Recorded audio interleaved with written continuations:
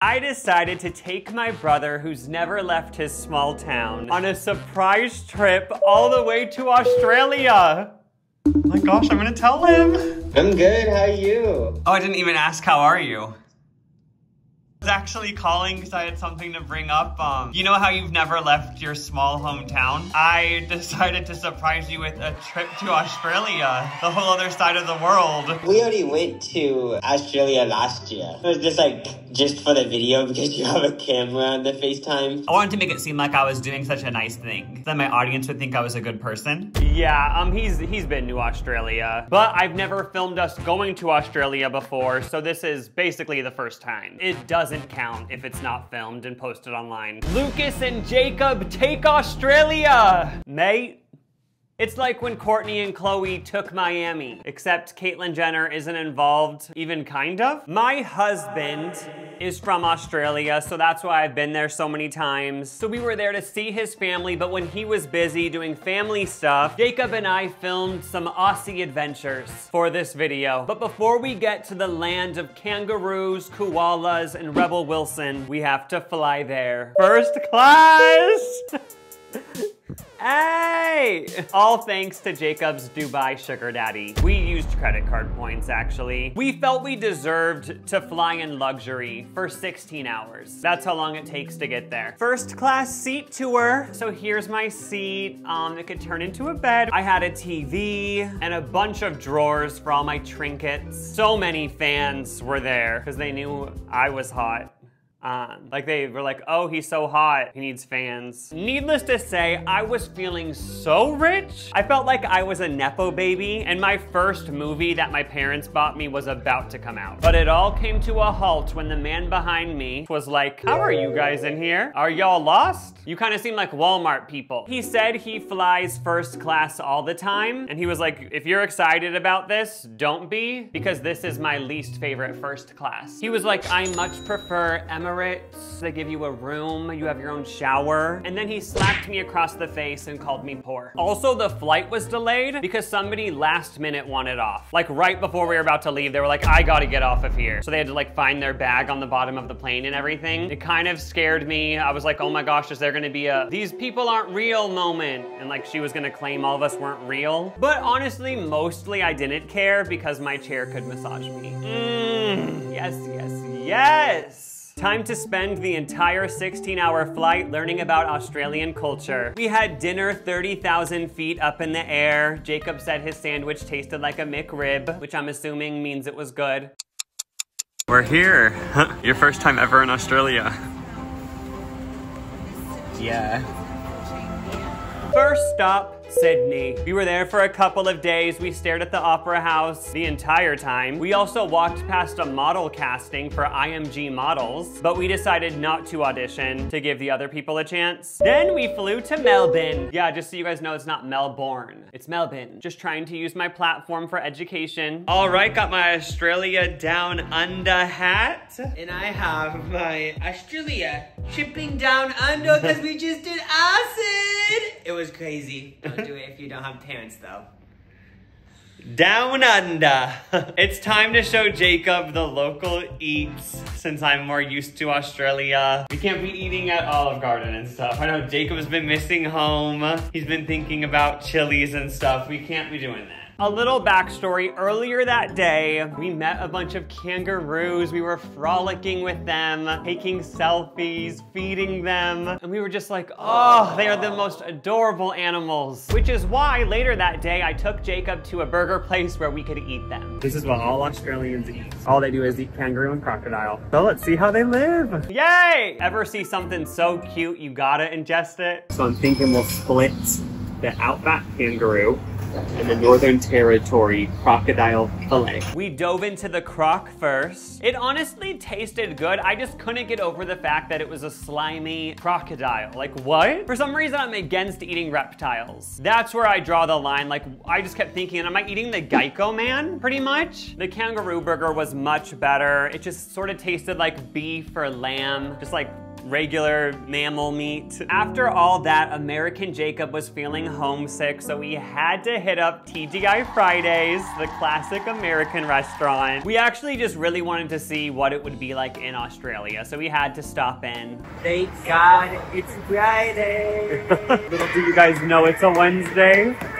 Sorry for using the Lord's name in vain also. I pledge allegiance to the flag of the United States of America. Since we're over-the-top obnoxious Americans, we ordered the most over-the-top obnoxious drinks on the menu. Like, if that drink doesn't represent America, looks all cool, oh my gosh, cotton candy, pour something on it, gone. It was all smoke and mirrors. I don't even know what I'm trying to say with what that last sentence was. I was very upset because they were playing soccer on the TV. Play football, American football, Travis Kelce. I thought this was an American restaurant.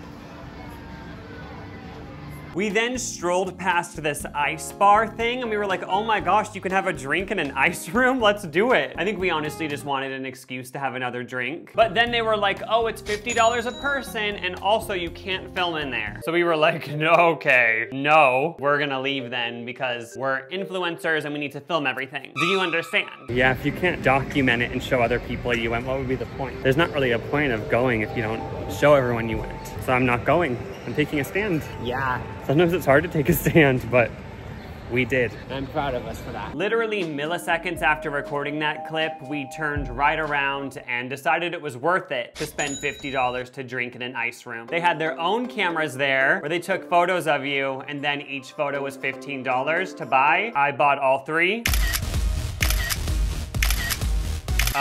It was worth it, I'm pretty sure. I don't know why we escaped to the cold of the Midwest to fly to Australian summer to then pay to be back in winter. Like, looking back, it doesn't add up, but we did it. Time for Jacob to try Australia's favorite liquid thing, Vegemite.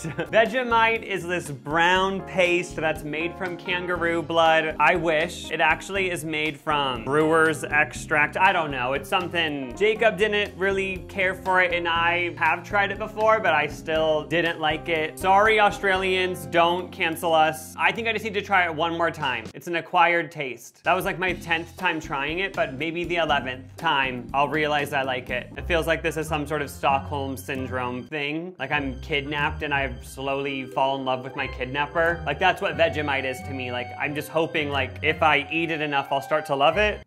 So Melbourne is known to some as the coffee capital of the world. There are so many artisan coffee shops, and there's even a coffee place there that sells a single coffee for $200. For $200 a cup, Black Jaguar is a bean you have to taste to believe. I was getting tingles every time I tasted that coffee. It was so special. And you are not going to get a quality product at $3 a cup. $200 for a cup of coffee. I guess the beans are like grown on some special mountaintop or something. I was gonna try it for you guys. You guys deserve to watch me waste my money. Unfortunately, I called up the place and they said they were all sold out. So instead, I went on Reddit and typed in best coffee place in Melbourne and everyone kept saying Patricia's. And they weren't lying because when we got there was a line. People love this place. Patricia's doing it. The menu was super simple, only 3 items. We got blacks, which I'm pretty sure were long blacks. Instead of having tables, they had these crates where you could sit and like use them as tables. Kind of a fun little twist. Oh, we felt like such Melbournians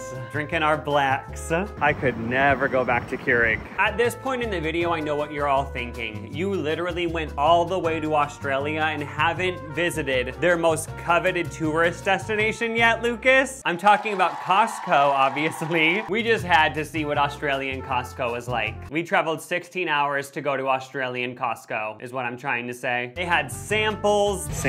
They had a whole food court full of Australian food. Stay tuned for a full deep dive on Australian Costco coming soon to Jacob's channel. He settled down, you know. He was telling me how Lisa got some liking and It was now time to fly to the Gold Coast of Australia, which some people refer to as the Florida of Australia, and right when we got there, I saw a building that said Florida, so I guess confirmed. I guess one of the first Wendy's had just opened there, like they had just taken it from America to Australia, and there was such a long line. So many people lined up for Wendy's. I mean, I get it, like if they brought some Australian fast food to America, there would be cars for miles wanting to try it. But like as an American, it was just like, this is Wendy's. I wanted to tell the people in the line, like, just so you know, like, this might be a waste of time. I mean, I do like Wendy's, and I would be down for them to sponsor me. I love a Frosty. The red-headed mascot, obsessed. But yeah, we were like, we're not gonna waste our time trying Wendy's in Australia. Let's try some local cuisines, like Outback Steakhouse, the Australian chain that was made by people from Florida who had never visited Australia. But for some reason, eating at the actual Australian location, it seemed really important. We had to do it. Also, it was on Hooker Boulevard. We saw your mom there. Walking into Outback in Australia, it seemed way more upscale than the American Outbacks. Like it sort of felt like Lisa Vanderpump designed it. Like I was expecting them to be filming a reality show there. Outback Steakhouse rules. Okay, now why did they spell appetizers like that? Girl, there's a Z. Appetizers, not appetizers. I was so mad. The food was what you'd expect, just like chain food. Yay! Blooming sandwiches. I was a little let down though because this was the Outback Steakhouse in Australia. And I just thought like they would have made it more of a moment. Like I thought there would have been kangaroos jumping around, like maybe Steve Irwin's family would have been there. Like at least Rebel Wilson. Like I thought they'd be like, mate, hey mate, you know, but like, I don't even think anyone even said mate. I feel like they could do more. Like there should be koalas hanging from the ceiling. Like on a tree, not like a noose. Maybe you weren't even thinking that. Where was Jacob Elordi is what I kept thinking the whole trip.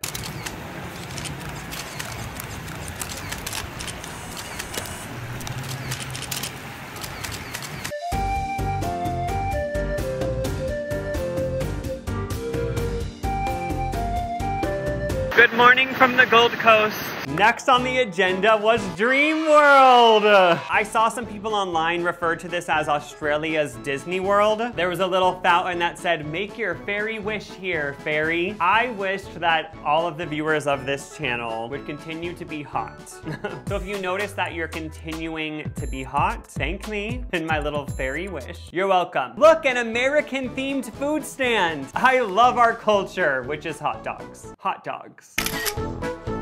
I know just before I was saying like, where's Jacob Elordi? Where's Rebel Wilson? Well, the funny thing was at our hotel gym, we saw People Magazine's sexiest man alive, Paul Rudd. He was just working out there with his trainer, being the sexiest man alive according to People Magazine. I saw him and I was like, he looks like Paul Rudd. And then I was like, wait, that is Paul Rudd. Why is Paul Rudd at this hotel gym? And then we saw Jack Black in the elevator and I started Googling, apparently they're filming a movie there. Famous? Yes. I was disappointed Rebel Wilson wasn't there though, since we were in Australia. Like those were American celebrities. Oh, I'm never happy. Next on the schedule was moving to a hotel in Brisbane. We checked in, it was a random Tuesday. So they upgraded our basic room to the suite of the hotel. Like they were just being nice that day for some reason. They felt like doing charity on us. Like they were like, by the way, we're gonna upgrade you to the best room. And then when we went in the room, they let us know SZA had stayed there while she was on tour. We had just seen Paul Rudd and now SZA? Like what? But where's Rebel Wilson? At first I was like, okay, they're lying. Like SZA hasn't stayed here. But then I found these photos of her in the room. So I recreated it, bought the difference. Who did it better? Comment below. Is it the same? Yeah. I knew I should have packed a G-string. It honestly was just so cool knowing SZA used this toilet. She laid on this bed. She looked in this mirror. Also, the room had a karaoke room. Are you kidding me? Now he's thinking about me. I'd like to make myself believe. Oh, babe. I just wonder if SZA used the karaoke room. After performing for hours at her concert for thousands of fans, I wonder if she went home and did a performance just for herself and her bodyguard who was awkwardly standing in the corner. Ah, one can only imagine. SZA, SZA.